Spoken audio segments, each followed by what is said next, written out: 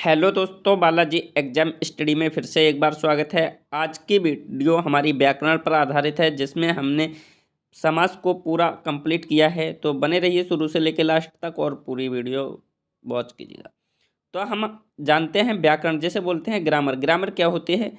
Grammar is that knowledge which teach to speak right and read a language correctly. Grammar वह विधा है जो किसी भाषा को शुद्ध रूप से पढ़ने, लिखने, बोलने का ज्ञान कराती है, व्याकरण कहलाती है। याद रखना है, व्याकरण वह विधा है जो किसी भाषा को शुद्ध रूप से पढ़ने, लिखने, बोलने का ज्ञान कराती है। फिर एक बार फिर रिपीट करता हूँ, व्याकरण वह विधा है जो किसी भाषा को शुद्ध रूप से पढ़ने, लिखने, बोलने का ज्ञान कराती है, व्याकरण कहलाती है। याद रखना है। अगर आप हमारे चैनल पर नए आए हैं तो बालाजी एग्जाम स्टूडियो को लाइक, सब्सक्राइब और शेयर करना बिल्कुल मत भूलिएगा। तो आज का हमारा टॉपिक है कंपाउंड, जिसे बोलते हैं हम समास। समास क्या होता है? तो सबसे पहले हमने समास की परिभाषा ली है। समास किसे कहते हैं? तो मैं बताऊं फ्रेंड, समास की परिभाषा है जब दो पद आपस में मिलते हैं तो उन्हें समास कहते हैं। याद रखना है, जब दो पद आपस में मिलते हैं तो उन्हें समास कहते हैं। दोनों को मिला हुआ शब्द सामासिक शब्द कहलाता है तथा दोनों को अलग अलग करना समास विग्रह कहलाता है। याद रखना है, जब दो पद आपस में मिलते हैं तो उन्हें समास कहते हैं। दोनों को मिला हुआ शब्द सामासिक शब्द कहलाता है। याद रखना है, तथा दोनों को अलग अलग करना समास विग्रह कहलाता है। याद रखना है। नेक्स्ट, समास। समास के प्रकार। समास जिसे हम इंग्लिश में कंपाउंड कहते हैं। समास के प्रकार। समास 6 प्रकार के होते हैं। याद रखना है, समास इंग्लिश में हम इन्हें कंपाउंड कहते हैं। समास के प्रकार तो मैंने बताया समास 6 प्रकार के होते हैं, जो कि हम नीचे देखेंगे।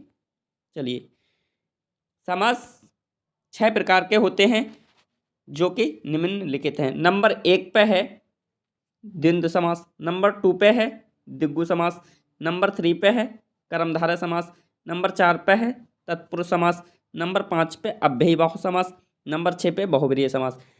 हमारी परीक्षा में पूछा जाता है समास कितने प्रकार के होते हैं, तो आंखें बंद करके मार देना, समास 6 प्रकार के होते हैं। कितने प्रकार के होते हैं? 6 प्रकार के होते हैं।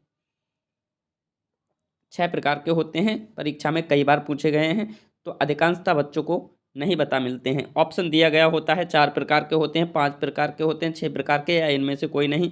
तो हमें समास हमेशा 6 प्रकार के मानना है। 6 प्रकार के होते हैं। तो चलते हैं 6 प्रकार का अलग अलग पार्ट देख लेते हैं। तो पहला है हमारा द्विगु समास। द्विगु समास क्या होता है? इसमें दोनों पद प्रधान होते हैं। द्वंद्व समास में क्या होता है? इसमें दोनों पद प्रधान होते हैं। जैसे माता पिता, भाई और बहन, दाल और चावल। मतलब द्वंद्व समास वह समास है जिसके बीच में दो और छिपा होता है और दोनों पद क्या होते हैं? प्रधान होते हैं। जैसे माता और पिता, भाई और बहन, यानी कि विपरीत, विलोम। जिस समास में एक दूसरे के विलोम शब्द छिपे हों, माता पिता, भाई बहन, दाल चावल, एक दूसरे के विलोम शब्द छिपे हों, वहाँ द्वंद्व समास होता है।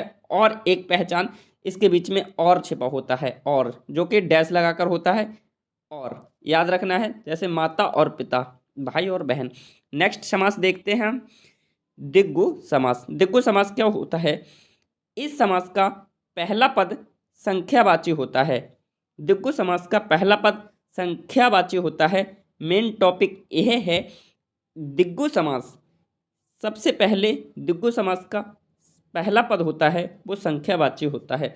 जैसे द्विवेदी, चतुर्भुज, त्रिभुज। मतलब द्विवेदी, दी आ गया, क्या है? संख्यावाची। चतुर्भुज यानी कि 4 आ गया, चतु 4 आ गया, क्या हो गया? संख्यावाची। तिर आ गया, त्रिभुज 3। त्रिभुज क्या होता है? 3 भुजाओं का योग त्रिभुज होता है। तो ये क्या हो गया? संख्यावाची। तो हम कह सकते हैं दिग्गु समास। दिग्गु समास का पहला पद संख्यावाची होता है, वहाँ क्या होता है? दिग्गु समास होता है। याद रखना है। नेक्स्ट दिया गया है हमारे लिए कर्मधारय समास। कर्मधारय समास क्या होता है? कर्मधारय समास, इसका पहला पद विशेषण तथा दूसरा पद विशेष होता है। पहला पद विशेषण तथा दूसरा पद विशेष होता है। जैसे नील गाय, नील कंठ, नील गगन। अगर हम इसका विग्रह करेंगे तो क्या आ जाएगा? नीला है जो गगन, नीला गगन, नीला है जो गगन। नील गाय, नीली है जो गाय। नीलकंठ, नीला है जो कंठ। याद रखना है, ये हमारा विग्रह हो जाएगा। कर्मधारय समास, इसका पहला पद विशेषण तथा दूसरा पद विशेष होता है, याद रखना है। नेक्स्ट समास की ओर चलते हैं, वो है तत्पुरुष समास। तत्पुरुष समास दिया गया है। तत्पुरुष समास का दूसरा पद प्रधान होता है, आपको ये भी याद रखना है। तत्पुरुष समास, तत्पुरुष समास का पद दूसरा पद प्रधान होता है। कौन सा दूसरा? जैसे राजकुमारी, राजकुमारी, राजकुमार, देशभक्त, इसका दूसरा पद प्रधान होता है, याद रखना है, तत्पुरुष समास का। नेक्स्ट दिया गया है हमारे लिए अव्ययी भाव समास। अव्ययी भाव समास क्या होता है? अव्ययी भाव समास जिस समास में पहला पद प्रधान होता है, अव्ययी भाव समास होता है। याद रखना है, जिस समास में पहला पद प्रधान होता है, अव्ययी भाव समास होता है।